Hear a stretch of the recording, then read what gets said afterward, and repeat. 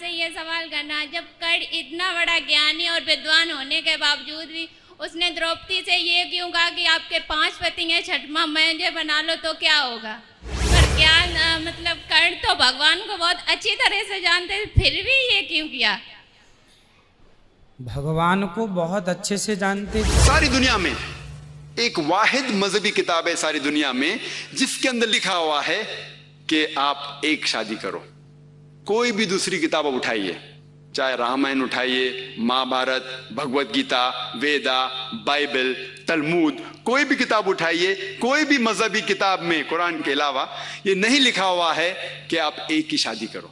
Statistics है government of India की, status of women in इस्लाम, जिसमें लिखा हुआ है पन्ना नंबर 66 और 67 पे। राधे राधे गुरुजी। बेटा राधे राधे। हमें आपसे ये सवाल करना, जब कर्ण इतना बड़ा ज्ञानी और विद्वान होने के बावजूद भी उसने द्रौपदी से ये क्यों कहा कि आपके 5 पति हैं, छठवां मुझे बना लो तो क्या होगा? जब आदमी संगति दुर्योधन जैसों की करता है ना, तो बड़े बड़े ज्ञानियों का भी ज्ञान भंग हो जाता है, खराब हो जाता है। आप कितने भी बड़े ज्ञानी हों, पर संगति आपकी दुर्योधन जैसों की है तो आपका ज्ञान करेगा क्या?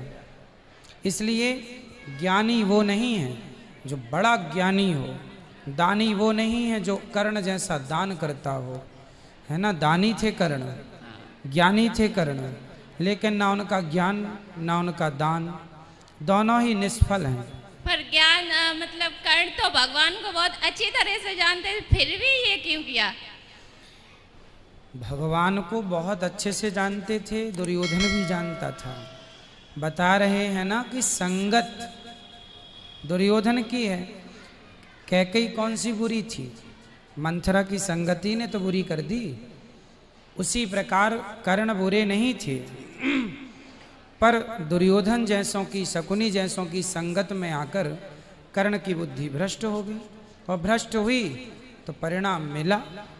तो इसलिए ये सबक है हमारे आपके लिए कि हम बड़े विद्वान हो भी जाएं तो भी कुसंग से बच के ही रहना है। कुरान एक वाहिद मजहबी किताब है सारी दुनिया में, एक वाहिद मजहबी किताब है सारी दुनिया में जिसके अंदर लिखा हुआ है कि आप एक शादी करो।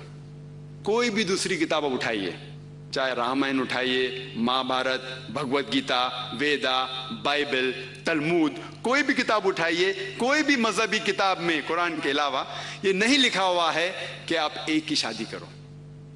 हालांकि उनकी किताबों के हवाले से आप कितनी भी कर सकते हैं, 2, 10, 15,000, 10,000, 20,000, कोई रुकावट नहीं है। ये तो बाद में यहूद के रबाय गेंशम बिन यहूदा 10वीं या 11वीं सदी में उन्होंने कहा कि यहूद लोग एक से ज्यादा शादी नहीं करना चाहिए। वो तो क्रिश्चियन चर्च है जो अभी बैन लगाए कि क्रिश्चियन एक से ज्यादा शादी नहीं करना चाहिए। उसी तरीके से इस मुल्क हिंदुस्तान में एक हिंदू मैरिज एक्ट पास किया गया था 1954 में। एक स्पेशल हिंदू मैरिज एक्ट पास किया गया था इस गवर्नमेंट के जरिए, जिनने कहा कि हिंदू इस देश में एक से ज्यादा शादी नहीं कर सकता। लेकिन किताबों के हवाले से आप कितने भी कर सकते हैं। ये तो हुकूमत, हिंदुस्तान की हुकूमत ने एक लॉ पास किया है, स्पेशल हिंदू मैरिज एक्ट 1954 में। उस लॉ में पास किया गया है कि हिंदुस्तान में हिंदू एक से ज्यादा शादी नहीं कर सकता, लेकिन उनकी किताब के हवाले से आप कितनी भी कर सकते हैं।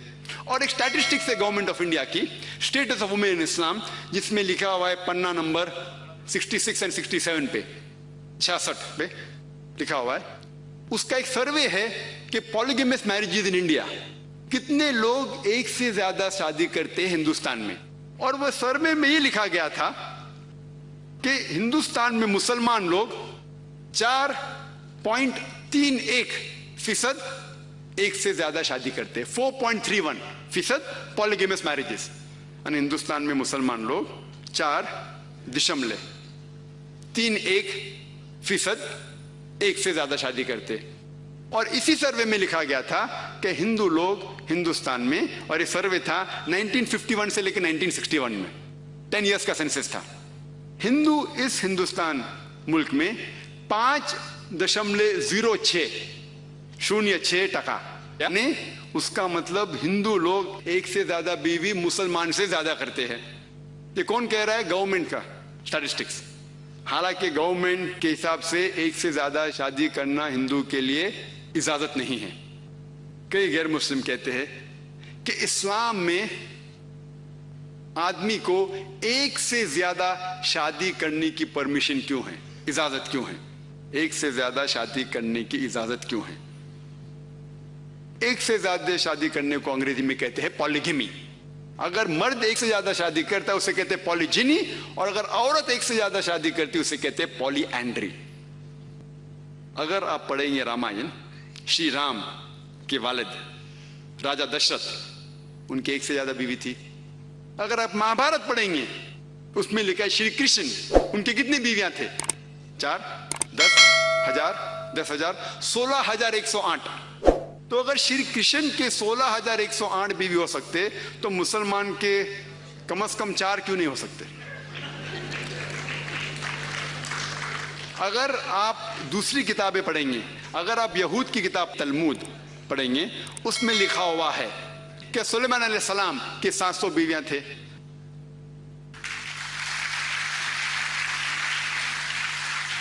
इब्राहिम अलैहिस्सलाम के 3 बीवियां थे।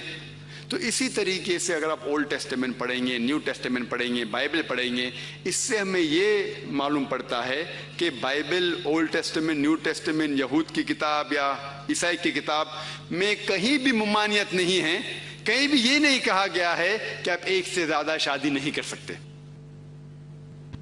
आओ हम देखिए कुरान मजीद इसके बारे में क्या कहता है।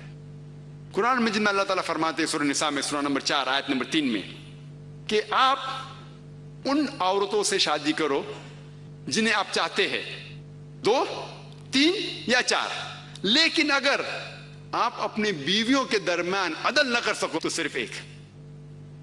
कुरान मजीद क्या कहते हैं कि आप उन औरतों से शादी कर सकते जो आपको पसंद है, 2 हो, 3 हो या 4 हो, लेकिन आप उनके दरमियान अगर अदल, जस्टिस न कर सको तो सिर्फ एक।